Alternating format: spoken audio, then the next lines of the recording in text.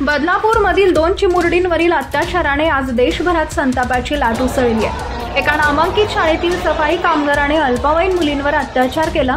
सफाई कामगार म्हणून नियुक्त करण्यात आलेला आरोपी अक्षय शिंदे याच्यावर या चिमुकल्या मुलींना वॉशरूमला नेण्याची जबाबदारी देण्यात आली आणि घात झाला। आरोपीचं वागणं संशयास्पद होतं। अशाही परिस्थितीत शाळेनं या आरोपीवर जबाबदारी देत नालायकपणाचा कहर केल्याची टीका होतीये।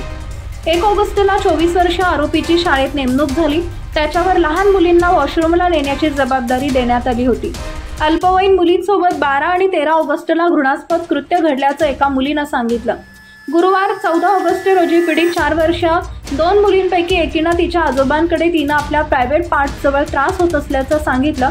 तेच तिनं तिच्या आईकडेही सांगितलं। घाबरलेल्या पालकांनी दुसऱ्या पीडित मुलीच्या पालकाशी संपर्क साधला। त्यांनीही आपल्या मुलीनं शाळेत जाण्यास नकार देत असल्याचं सांगितलं, ज्यातून पुढे तिच्यासोबत असंच काहीतरी घडल्याची शंका व्यक्त केली। त्यानंतर त्यांनी एका खासगी डॉक्टरच्या माध्यमातून वैद्यकीय तपासणी केली असता डॉक्टरने दोन्ही मुलींसोबत लैंगिक अत्याचार झाला असल्याचं सांगितलं। बदलापूरमधील नावाजलेल्या शाळेत शिकणाऱ्या 2 मुलींवर अत्याचार झाला।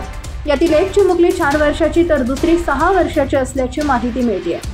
शाळेत नुकत्याच सफाई कामगार म्हणून रुजू झालेल्या अक्षय शिंदे नावाच्या 23 वर्षाच्या नराधमानं चिमुकल्यांच्या अजाणतेपणाचा फायदा घेऊन त्यांच्यासोबत पाशवी कृत्य केलं।